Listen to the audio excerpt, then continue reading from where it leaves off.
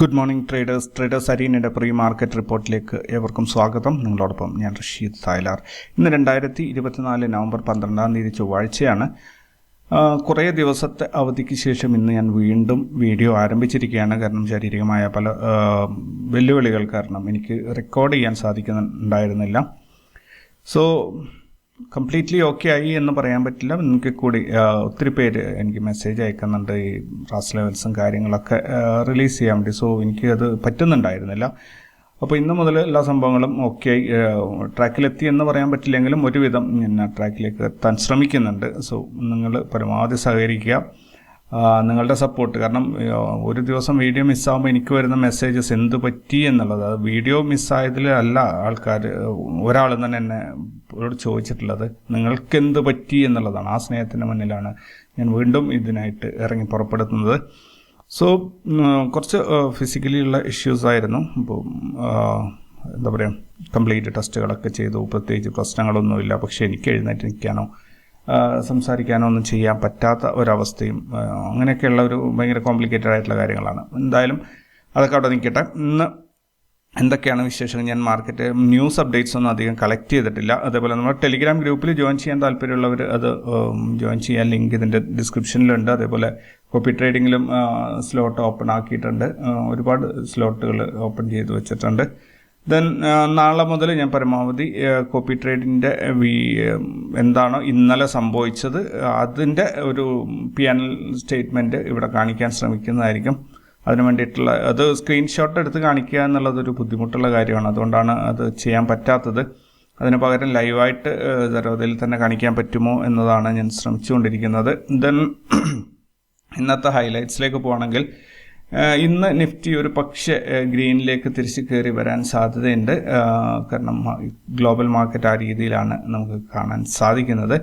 Then intraday ചെയ്യുന്നവർക്ക് സ്റ്റോക്കുകൾ നോക്കുകയാണെങ്കിൽ ONGC, Britannia, Hindalco, bank of Baroda, bank of India, Sagility India, office space, NMDC, blue dart, ഇത്രയും സ്റ്റോക്കുകളാണ് ന്യൂസിൽ ഹൈലൈറ്റ് ചെയ്ത് വന്നിട്ടുണ്ടായിരുന്നത്. ഗോൾഡിൻ്റെ rate 2622, crude oil 68.25, USD INR rate ഏറ്റവും മോശമായ അവസ്ഥയിലാണ്. ഹിസ്റ്ററിയിലെ തന്നെ ആദ്യമായിട്ട് 84 രൂപ 39 പൈസയാണ് ഇപ്പോൾ പോയിക്കൊണ്ടിരിക്കുന്നത്.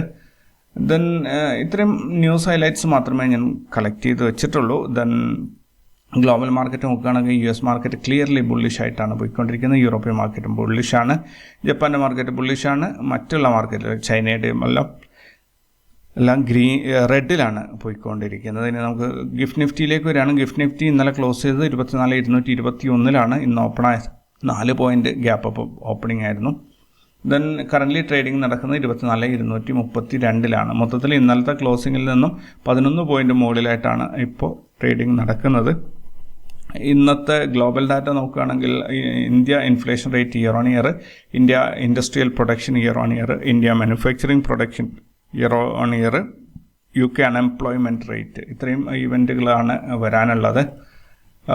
റിസൾട്ട് അനൗൺസ് ചെയ്യുന്ന കമ്പനികൾ 250-ലധികം കമ്പനികളുണ്ട്. അതിൽ ഏതാനും എണ്ണം മാത്രം ഞാൻ ഈ വൈകിയ വേളയിൽ കോപ്പി ചെയ്തെടുത്താണ്. Zydus life science, Zodiac energy, Reliance power, PNC Infratech, NMDC steel, Natco pharma, Jyothy labs. ഇതിൽ കൂടാതെ 250ഓളം മറ്റ് കമ്പനികളുണ്ട്. സോ അത് ഒന്ന് ശ്രദ്ധിച്ചോളുക. ദെൻ F&O ബാനിൽ വന്നിരിക്കുന്ന Aarti industries, ABFRL, Granules, Hind copper, Manappuram finance, ഇത്രയും സ്റ്റോക്കുകളാണ് എന്താ പറയുക F&O ബാനിൽ വന്നിരിക്കുന്നത്. ഇന്നലത്തെ ഇൻസ്റ്റിറ്റ്യൂഷണൽ ആക്ടിവിറ്റീസ് നോക്കുകയാണെങ്കിൽ ഫോറിൻ ഇൻസ്റ്റിറ്റ്യൂഷൻസ് ഇന്നലെയും 2,306 കോടിയുടെ സെല്ലിംഗ് ആണ് നടത്തിയത്. ഡൊമസ്റ്റിക് ഇൻസ്റ്റിറ്റ്യൂഷൻസ് 2,026 കോടിയുടെ ബൈയിങ് ആണ് ചെയ്തത്. അങ്ങനെ 280 കോടിയുടെ നെറ്റ് സെല്ലിംഗ് ആണ് ഇന്നലെ നടന്നത്. ഈ മാസത്തിൽ നവംബർ മാസത്തിൽ ഫോറിൻ ഇൻസ്റ്റിറ്റ്യൂഷൻസ് കറക്റ്റായിട്ടുള്ള ഡാറ്റ എൻ്റെ കയ്യിലുള്ള ഡാറ്റയിൽ എറർ ഉണ്ട് എന്നാണ് എനിക്ക് മനസ്സിലാക്കാൻ പറ്റുന്നത്.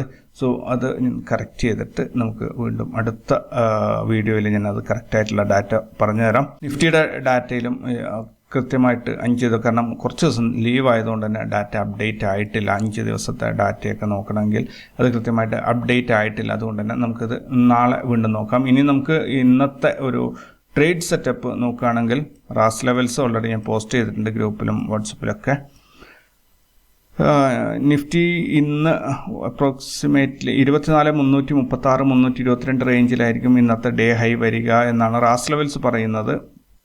അതേപോലെ ലോവർ സൈഡിൽ 23,960 ഒന്നുകിൽ ലോവർ സൈഡ് കിട്ടും 23,960 കിട്ടും, അല്ലെങ്കിൽ 24,322 കിട്ടും. ഈ രണ്ടിൽ ഏതെങ്കിലും ഒരു വാല്യൂ മാർക്കറ്റ് ഇന്ന് ടച്ച് ചെയ്യും. മോസ്റ്റ് പ്രോബ്ലി എനിക്ക് തോന്നുന്നു മുകളിലോട്ട് ടച്ച് ചെയ്യുമോ എന്ന് ഒരു സംശയം എനിക്കുണ്ട്. കുറേ ദിവസം മാർക്കറ്റിൽ നിന്ന് മാറി നിന്നുകൊണ്ടുള്ള ഒരു കൺഫ്യൂഷനുണ്ട്. സോ നമുക്ക് നോക്കാം. എന്തായാലും 2 ദിവസം കഴിയുമ്പോൾ ഞാൻ ട്രാക്കിലാവും. ദെൻ നോട്ട് റേറ്റ് സോൺ ആയിട്ട് വന്നിരിക്കുന്നത് 24,126 മുതൽ 24,170 വരെയുള്ള 46 പോയിൻറ്റിൻ്റെ ഒരു സോണാണ് ഇന്ന് നോട്ട് റേറ്റ് സോണായിട്ട് നമുക്ക് ഡിഫൈൻ ചെയ്യാനുള്ളത്. ഇതിൻ്റെ ഇടയിൽ ട്രേഡ് എടുക്കാതിരിക്കാൻ വേണ്ടിയിട്ട് പ്രത്യേകം ശ്രദ്ധിക്കുക. ദെൻ ഒരു നല്ല സപ്പോർട്ട് കിട്ടാൻ പോകുന്നത് 24,000-ലാണ്. കാരണം യെസ്റ്റർഡേ ലോ അവിടെയാണ്. കൂടാതെ റാസ് ലെവൽസിൻ്റെ ഒരു ലെവൽ അവിടെയുണ്ട്. അപ്പോൾ ഈ 24,000 24,004 എന്നൊരു വാല്യൂവിൽ മാർക്കറ്റിന് നല്ലൊരു സപ്പോർട്ട് കിട്ടാൻ സാധ്യതയുണ്ട്. റെസിസ്റ്റൻസ് ലൈൻ നോക്കുകയാണെങ്കിൽ 24,336 യെസ്റ്റർഡേ ഹൈ, അവിടെ തന്നെയാണ് നല്ലൊരു റെസിസ്റ്റൻസ് മാർക്കറ്റിന് കിട്ടാൻ. ഒരു ഫ്ലാറ്റ് ഓപ്പണിങ്ങിൻ്റെ കേസിലാണ് ഞാൻ പറയുന്നത് കേട്ടോ. സോ ഇത്രയൊക്കെയാണ് ഇന്നത്തേക്കുള്ളത്. കാരണം കുറച്ച് ദിവസത്തെ ഒരു ബ്രേക്ക് വന്നപ്പോൾ തന്നെ അതിൻ്റെ ഒരു ഫ്ലോ ഒന്ന് പോയിട്ടുണ്ട്. സോ 2-3 ദിവസം ഇത് റിപ്പീറ്റ് ചെയ്യുമ്പോൾ ഫ്ലോയിലേക്ക് തിരിച്ചു വരും. അപ്പോൾ കൂടുതൽ വാർത്തകളും വിശേഷങ്ങളൊക്കെ ആയിട്ട് നമുക്ക് നാളെ കണ്ടുമുട്ടാം. അതുവരേക്കും ടേക്ക് കെയർ ആൻഡ് ബൈ.